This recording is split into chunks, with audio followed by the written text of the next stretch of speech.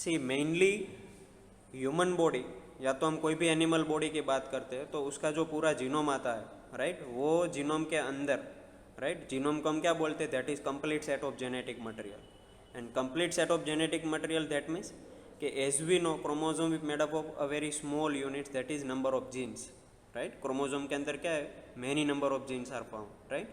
And gene is a segment or a fragment of DNA, right. तो normally अब जब भी पूरे जीन की बात करते हैं, राइट, तो जो भी पूरा डीएनए सीक्वेंस है उसके अंदर दो टाइप के रीजन्स हो सकते हैं, राइट। एक है कोडिंग रीजन एंड दूसरा है नॉन कोडिंग रीजन। तो कोडिंग रीजन है, right, it is a region that does code for protein, right. तो एंड दूसरा non coding region that does not code for protein. That means हमें पता है कि सेंट्रल डॉगमा मोलिकुलर बायोलॉजी का basic जब भी हम स्टडी करते हो तो उसके अंदर तीन चीज़ें हम ध्यान में रखते हैं। पहली है रेप्लिकेशन, दूसरी है ट्रांसक्रिप्शन एंड तीसरी है ट्रांसलेशन। तो रेप्लिकेशन है, उसमें क्या होता है, डीएनए का कॉपिंग मैकेनिज्म होता है, डीएनए का कॉपी होता है। तो नॉर्मली हमें पता है कि सेल डिवीजन होता है, दैट रिक्वायर डीएनए सिंथेसिस और दैट रिक्वायर डीएनए कॉपी। तो माइटोसिस में हमें पता है सेल डिवीजन है, तो उसमें one cell divide into two cell divide into again 4 different cell. तो उसके अंदर जब वन सेल 2 सेल में कन्वर्ट होता है तो उसके अंदर फर्स्ट पेरेंट सेल है, उसके अंदर जो भी डीएनए होता है वो डीएनए का एक कॉपी होता है। तो one copy that come into one cell, one daughter cell, and जो न्यूली सिंथेसाइज कॉपी वो दूसरे सेल में जाता है। ये रेप्लिकेशन की बात हुई। अब हम बात करते हैं ट्रांसक्रिप्शन की। तो ट्रांसक्रिप्शन में क्या होता है, डीएनए का किस में कन्वर्जन होता है, किसके अंदर, तो एमआरएनए के अंदर कन्वर्जन होता है। तो सिंपली हम बोलते हैं कि transcription process in which DNA convert into mRNA, right. और ट्रांसलेशन होता है तो उसमें क्या होता है, एमआरएनए का कन्वर्जन होता है अमीनो एसिड सीक्वेंस और we can say polypeptide sequence. तो नॉर्मली पॉलीपेप्टाइड सीक्वेंस या तो पॉलीपेप्टाइड चेन को हम क्या बोलते हैं, it is a chain of amino acid. Why, because one amino acid connect with another amino acid, another amino acid connect with another amino acid by peptide bonds, and if more than one peptide bonds are present, so that we can say polypeptide chain. So this is a chain of polypeptide bonds, right, that is known as polypeptide chain or we can say amino acid chain. Now अब हम बात करते हैं transcription की। तो transcription की जब भी हम बात करते हैं तो उसके अंदर दो तरह के जो कैरेक्टरिस्टिक्स है, कैटेगरी हमें वो स्टडी करने हैं, राइट। तो एक आता है यू क्रोमेटिन और दूसरा आता है हीट्रोक्रोमेटिन। तो यू क्रोमेटिन और हीट्रोक्रोमेटिन, क्योंकि हमें समझना है micro satellite and mini satellites, और ये माइक्रो सैटेलाइट्स और मिनी सैटेलाइट्स है वो दोनों किसके टाइप्स है, टेंडम रिपीट्स के।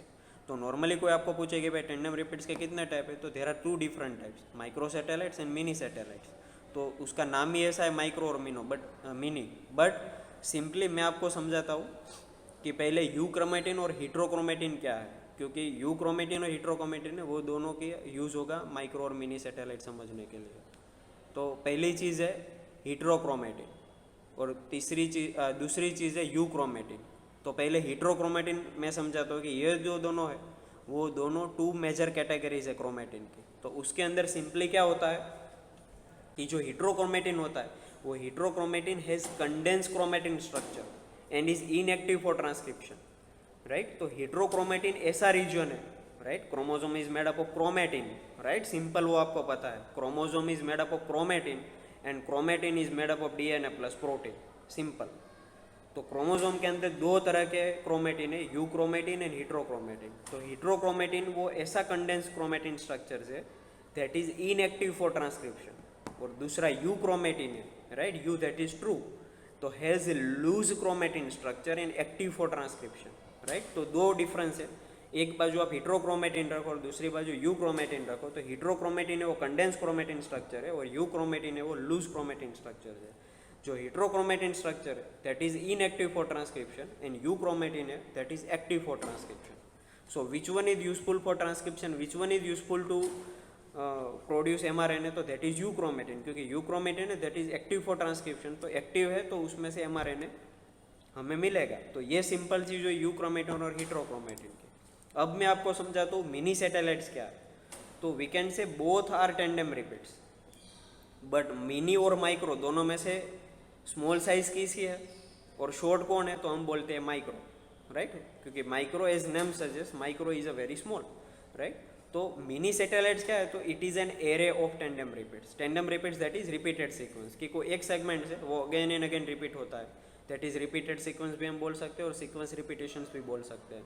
तो mini satellite is an array of tandem repeats with each repeat ranging from 9 to 100 base पे, राइट, यही डिफरेंस है, उसकी जो रेंज है वो कितनी है 9 to 100 बेस पे, उसका रिपीटेशन है, each repeat is ranging from 9 to 100 base पे, an entire array that is usually 500 to 30,000 base pair long, right. So most commonly found in euchromatin region of chromosome. तो ये जो mini satellites है वो mini satellites हमें कहाँ पे देखने को मिलता है, तो हमारी बॉडी के अंदर अगर यू क्रोमेटिन रीजन है, अगर नहीं है ही हमारी बॉडी के अंदर, तो यू क्रोमेटिन रीजन है उसके अंदर मोस्ट कॉमनली हमें ये मिनी सैटेलाइट्स मिलता है, राइट.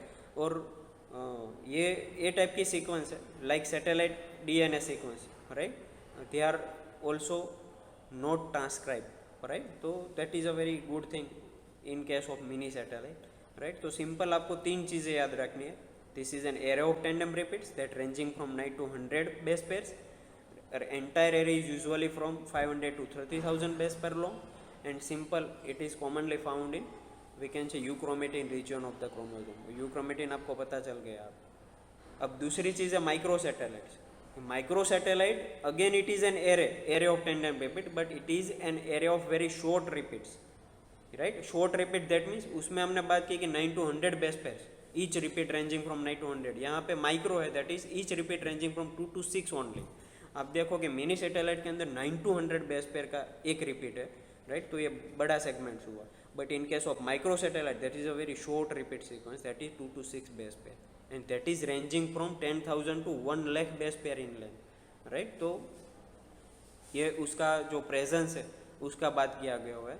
देन ये जो माइक्रो सैटेलाइट्स है, ये माइक्रो सैटेलाइट अगेन जैसे मिनी सैटेलाइट यूक्रोमेटिन रीजन में फाउंड होता है, इसी तरह micro satellite again found in euchromatin region of vertebrate, insects, like we can say plant chromosome, and number of repeats varies among individual in population, right. So making micro satellites particularly useful in population genetics. So जब भी हम useful applications की बात करते हैं VNTR की, right, तो VNTR के अंदर हम पढ़ते हैं टेंडम रिपीट्स, और टेंडम रिपीट्स के अंदर हमने ये दो जो कैटेगरी है, right, micro satellites and mini satellites, ये हमने डिस्कस किया. तो VNTR के नॉर्मल जो हम एप्लीकेशंस बात करते हैं तो वो एप्लीकेशंस कहाँ पे आती है कि नॉर्मली हम फोरेंसिक साइंस के अंदर क्राइम इन्वेस्टिगेशन में वाया डीएनए फिंगरप्रिंटिंग यूज़ करते हैं, via CODIS CODIS database use करते हैं, जो यूनाइटेड स्टेट्स का नेशनल डेटाबेस है.